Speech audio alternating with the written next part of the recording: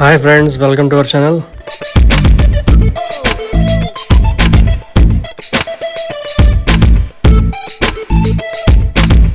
ఇవాళ రిలీజ్ అయిన హృదయపూర్వం అనే మలయాళం మూవీ చూడడం జరిగింది. టోటల్ రన్ టైం వచ్చేసి 2 గంటల 32 నిమిషాలు. నా మూవీ ఎక్స్పీరియన్స్ చెప్పాలి అంటే నచ్చింది అండ్ అక్కడ కూడా బోర్ కొట్టలేదు. ఇది ఒక nice feel good family film అని చెప్పొచ్చు.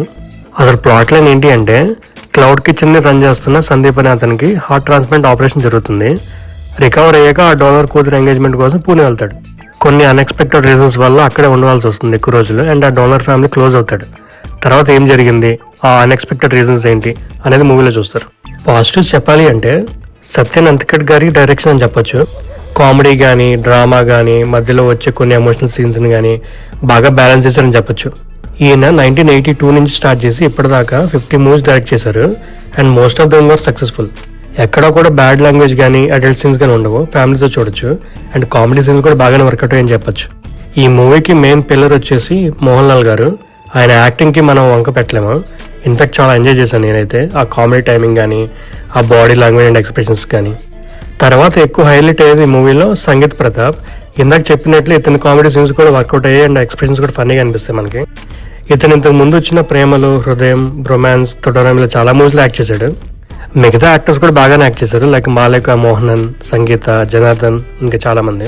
సినిమాటోగ్రఫీ బై అను రీసెంట్గా ఉందని చెప్పొచ్చు ఆ కేరళ అండ్ పూణే లొకేషన్స్ కి. మ్యూజిక్ నిచ్చింది జస్టిన్ ప్రభాకరన్. ఇంతకుముందు రాధేశ్యామ్ గానీ డియర్ కామ్రేడ్ గానీ అతనే చేసినట్టున్నాడు. బ్యాక్గ్రౌండ్ స్కోర్ అయితే స్టోరీకి బాగానే బ్లెండ్ అయింది, బట్ సాంగ్స్ అయితే అంత ఇంట్రెస్టింగ్ ఏమి ఉండవు, జస్ట్ సిచ్యువేషన్ సాంగ్స్ లో వెళ్ళిపోతుంటాయి. నెగిటివ్స్ చెప్పాలి అంటే screen play by Sonu, editing by K Rajagopal. ఇంకొంచెం బెటర్ గా ఉండొచ్చు వర్క్, ఎందుకంటే రన్ టైం ఎక్కువ అనిపించింది నాకైతే. సెకండ్ హాఫ్ లో కొన్ని సీన్స్ డ్రాగ్ అయినట్టు అనిపిస్తుంది. నెక్స్ట్ వచ్చేసి ప్రెడిక్టబిలిటీ. స్టోరీ అందించింది డైరెక్టర్ వాళ్ళ అబ్బాయి అంట, అఖిల్ సత్యన్. చాలా సింపుల్ స్టోరీ లైన్. లైఫ్ లో మళ్ళీ సెకండ్ ఛాన్స్ వస్తే ఎలా ఉంటాయి ఎమోషన్స్ అండ్ మన డెసిషన్ మేకింగ్ ఎలా మారుతుంది అనేవి చూపిస్తారు హై లెవెల్లో స్టోరీ చెప్పాలి అంటే. మూవీలో 2 or 3 గెస్ట్ రోల్స్ ఉన్నాయి సెకండ్ హాఫ్ లో. మీరు కూడా మూవీ చూసింటే కనుక మీ ఎక్స్పీరియన్స్ ని కామెంట్ సెక్షన్ షేర్ చేయండి. ఈ వీడియోలో చెప్పింది కేవలం నా మూవీ ఎక్స్పీరియన్స్ మాత్రమే. Thanks for watching. Please like, share and subscribe to our channel.